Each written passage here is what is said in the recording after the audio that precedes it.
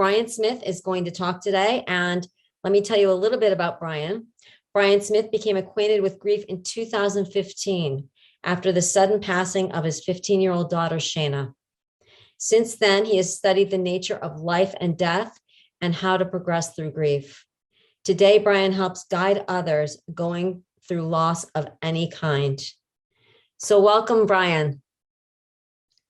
Welcome, Brian. Great to have you on the show today. Hi. Thanks for having me. And I love the picture of Shayna, I'm guessing, behind you. That is Shayna, yes. Phenomenal. My name is Brian Smith. My business is called Grief to Growth, but I also work extensively with a group called Helping Parents Heal. And I'm going to talk a little bit about that while we're talking today.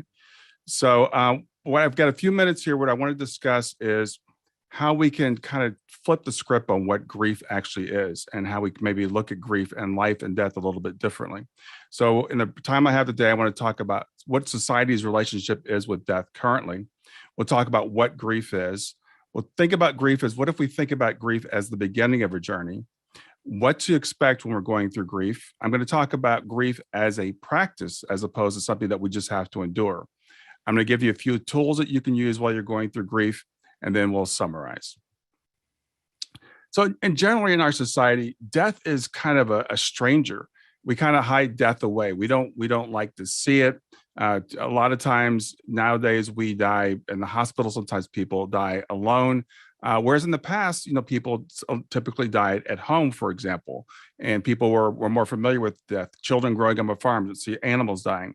So death becomes to a lot of us as a shock.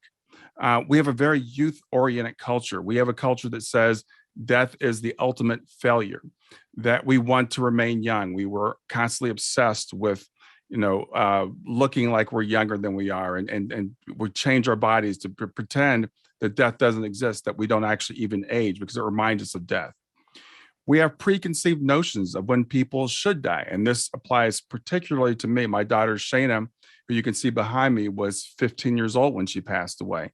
That's not something I ever expected.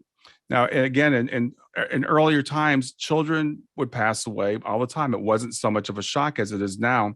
And now we have this idea that everyone should live to be 80 or 90 or 100 years old. And when people don't live to be that long, it really throws our notion of what's fair and what's right way off. We don't really have extensive knowledge of the afterlife. I was just interviewing someone yesterday for my podcast who's talking about the afterlife in a film that he's putting out. And we were talking about how it almost seems to be news to people. It's called New Age sometimes to talk about the afterlife, which typically in ancient cultures, everybody knew about the afterlife. Everybody believed in the afterlife. But we've gotten to the point in our society now where it's kind of not known anymore. And we think of death as the ultimate failure, that, we fight against death, we rail against death. But the one thing that we honestly all know when we're born, even when we have our children, that we all ultimately go back to where we came from. Nobody here lives in this body forever. But we think of death as the ultimate failure, and we talk about it in that sense. So therefore, if that's your belief, that means that the end of everyone's life is a failure. That's not a very productive way to view the world or view life. So what if we flip that on its head? What if we said that death is not the end of the journey, but the beginning of a journey? And I say this in two senses. It's the beginning of the journey for the person who we call deceased, because I don't believe that they cease to exist. As a matter of fact, I believe they're in a much higher state than we're in. But what if it's also the beginning of the journey for us? What if it's the beginning of the journey for us, the bereaved, the person that's left behind? What if we looked at this as a different way, as an opportunity to grow? So how do we do that? Well, we got to really look at the world and life and death differently, as I kind of alluded to before. And there are two basic ways of viewing the world, two philosophical ways of viewing the world. The first one is materialism. Now, materialism is the belief that all there is what we can see, what we can taste, what we can hear, what we can measure with our instruments. And this is actually a relatively new view of the world that came about in the last couple of 100 years. This view also believes that consciousness arises from the material, that the material universe pre-existed consciousness, and then somehow through a series of incidents and ever-growing complexity of its inert material became conscious. So that's the materialistic point of view. So this point of view leads us to the conclusion that when the body dies, consciousness dies. It's really the only conclusion you can form. If consciousness, if you think of it as resting on the material or arising from the material, living in the material, if that's true, then when the body dies and consciousness must die, and since we're nothing really but consciousness, we would cease to exist. Now, the other way of looking at the world is we call idealism. Now, idealism, again, turns us completely around. And idealism says that consciousness is actually the foundation of everything. The consciousness pre-existed the material, and that the material is actually a subset, if you will, of consciousness. So what does this lead us to believe? Well, that means that, again, the material universe is derivative. It's not foundational. It's not primary. It is actually derivative from consciousness. And since consciousness never began in the sense of the material universe, consciousness also never ends. Consciousness never dies. And this is my belief. I believe that consciousness, the one collective consciousness that we all arise out of, not only is that eternal, but we are eternal as beings here having a temporary materialistic or material experience. So again, I believe that consciousness is actually everything. And this is the foundation of why I believe that if we can hold this belief, that we can look at grief in a very, very different way.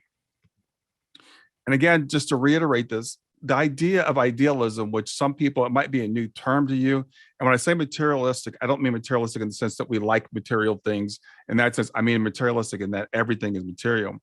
But the idea of idealism is being talked about by philosophers.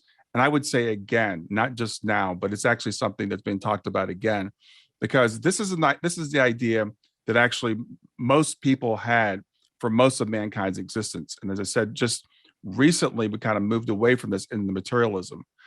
If you look at the creation myths, and I was raised a Christian, so I know about the creation myth that's in the Bible. But if you look at other creation myths from around the world, there's have some really interesting things in common. And one of the things they have in common is they all start with some form of consciousness. They all start with consciousness creating the material. And actually, it's interesting because if you look at even the Big Bang Theory, which is a very materialistic theory, it starts with this singularity that explodes in everything there is, which is very similar to a lot of the creation myths. So my belief is that the philosophers and the ancient theologians had it right, and the scientists are finally kind of coming back around to that. So again, consciousness is eternal. Another thing about these creation myths, a lot of times what happens is consciousness in one form or another steps into its creation. It steps into the material world. Some people use analogies like, the material world is a dream and we are being dreamed by consciousness, but somehow this consciousness kind of interacts with the world that it's created. I believe that idealism, this idea that consciousness is what we are, is actually built into us. I think this is inherent in our nature, and that when people come into this materialistic society that we live in, it's kind of driven out of us. And we're told, no, you're just an accidental biological robot in a meaningless universe that doesn't care about you. You were created, if you want to use that word, when you were born, and when you die, you'll be destroyed. But I believe this goes against man's nature. And I believe that's one of the reasons why, I think it's one of the reasons why a lot of us are so lonely, frankly, why we struggle with not being able to connect to each other. I believe that's why we don't really value each other in a lot of sense. And I believe that we've forgotten this. And it's something that we just really need to be reminded of. And so and I want to tell you, there's a lot out there that supports this idea. There's a guy I want to mention who wrote several books. His name is Dr. Bernardo Kastrup, and he wrote several books about this idea of idealism. So sometimes people will think this is just a theological thing, or this is just wishful thinking. But actually, this actually makes a lot of sense when you start to look at things, even from a scientific or a point of view where we can study things. Quantum physics is really turning the idea of materialism on its head. The idea that consciousness can interact with the material. And this has been proven over and over again. There are lots of scientific studies to study things like ESP and what they call psi abilities. So these ideas are supported. So I'm not here, I don't tell people that this is something that you should just believe and take on faith, but I know there's a lot of evidence for this, and I've been studying it for quite a while. So why is this really important? Okay, what happens to us when we, quote, die? What happens to us when our material body ceases to function? Now, I don't like the word die because the word die has an implication that is this an end and it's a cessation of life. And it's true in a sense because our bodies, as we all know, and it's obvious, do not live forever. Our bodies will die. If we were our bodies, as I said earlier, that means that we would die. But I don't believe we are our bodies. And again, there's a lot of evidence for that. So when we die, there are three different ways we can basically look at this. The first way is when we die, we blink out. We're just like a light bulb. When we die, our brain shuts down, our body, our consciousness is gone, and we just turn off. And this is a belief that some people hold to this day. This is a belief that doesn't give us any hope, of course, for an afterlife or for an existing relationship with someone who's gone on. But this is one way to look at life. Another way that people look at life sometimes is when we die is that we merge. We merge into the one, that we just become this greater form of consciousness. This is the idea that energy is neither created nor destroyed. So when we die, our energy just kind of goes back out into where we came from.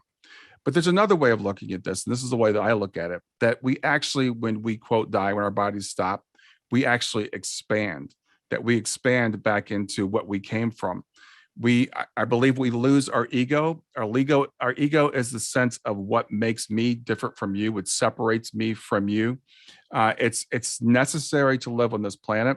It's necessary to know where I end and you would begin. So I know not to give away everything I own, for example. So the ego is something that is formed when we come to live in this material world. And it's a very necessary thing. But even though we lose the ego, we do keep the sense of I. We do keep our individuality. And again, I believe this is supported by after-death communications, by mediumship connections with people that are beyond.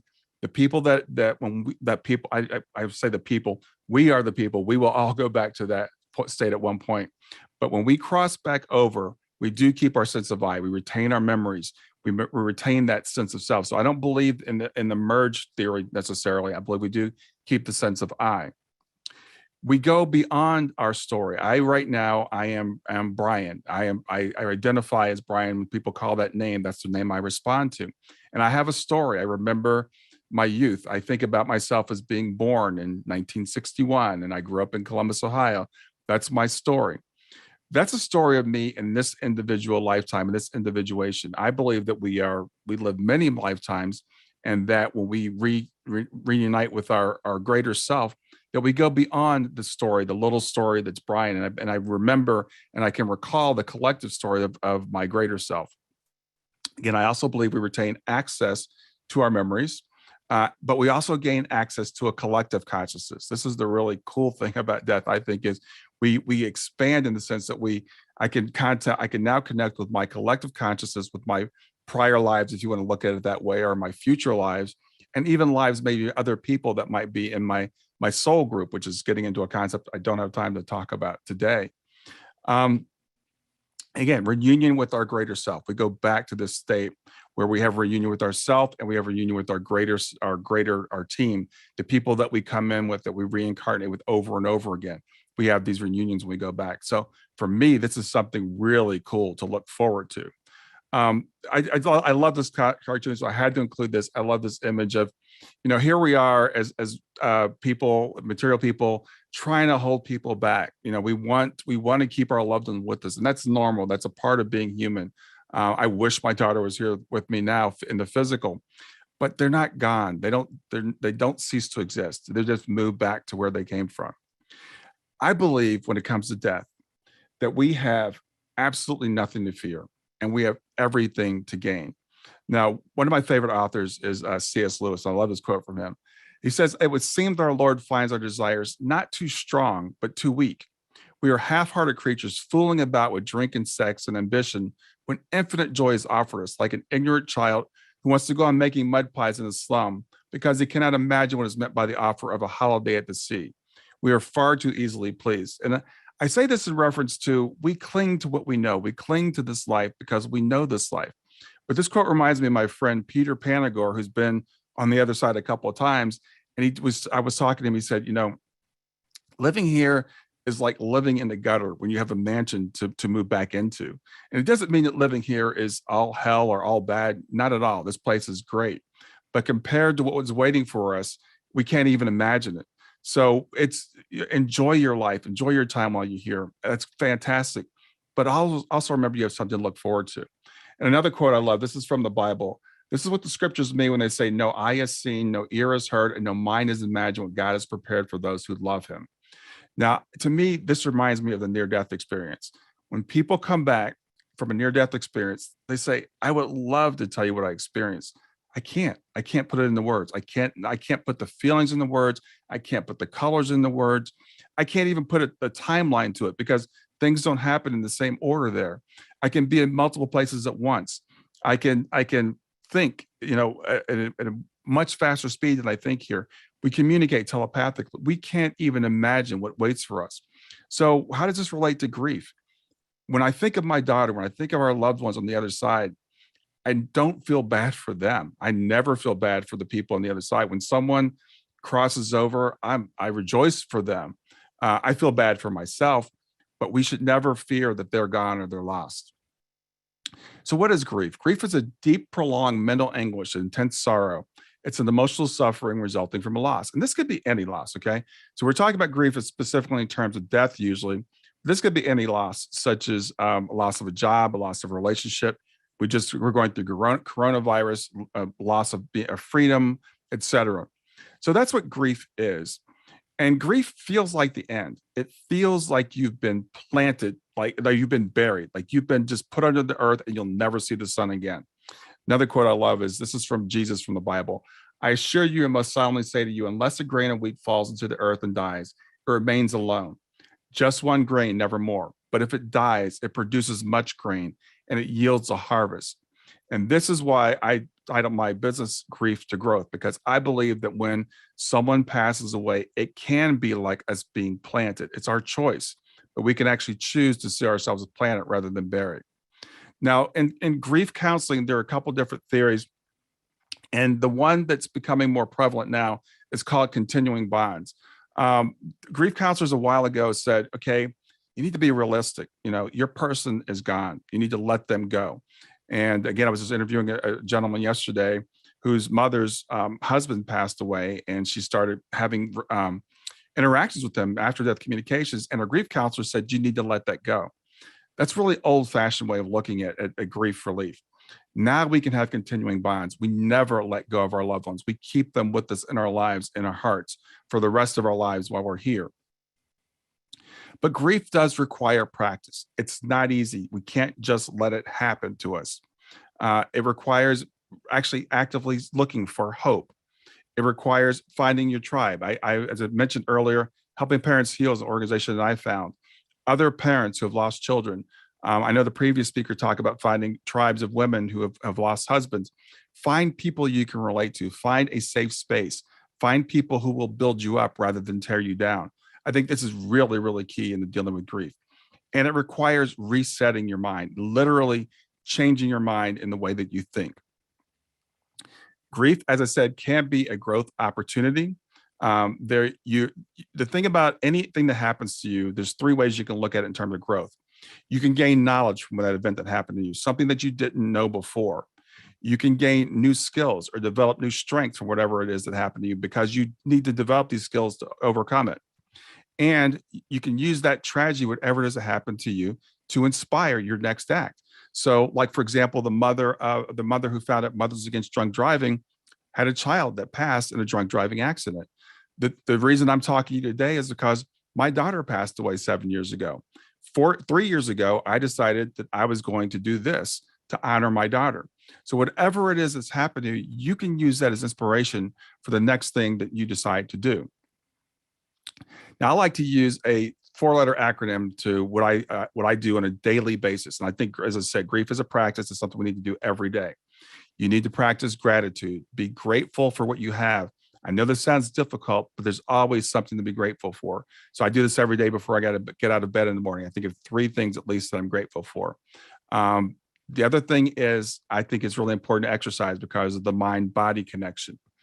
The third thing is practice some sort of meditation and mindfulness. And the fourth thing is to make sure you're getting enough sleep. A lot of times when people go through grief, sleep is a very difficult thing. These are 4 things you can do when you're going through grief or any time of your life. This is a great practice to have on a daily basis, no matter what it is you're going through. And in conclusion, I want to just let you know who I am again. My name is Brian Smith. You can find me at growth.com. That's grief, the number 2, growth.com. I mentioned Helping Parents Heal. It's helpingparentsheal.org if you want to find Helping Parents Heal. If you lost a child or you know someone else has lost a child. So thanks for having me. And I really appreciate it. Thanks, Brian. Wow, Brian, you are a phenomenal speaker. And I love all the information you're giving everybody. Yeah. Like they have a toolbox to go home with and to say, okay, these are the kinds of things I can do to get from grief to growth. Thank you. Thank you. Thank you so much. And we're looking forward to seeing you at Helping Parents Heal. Awesome. Thank you for having me.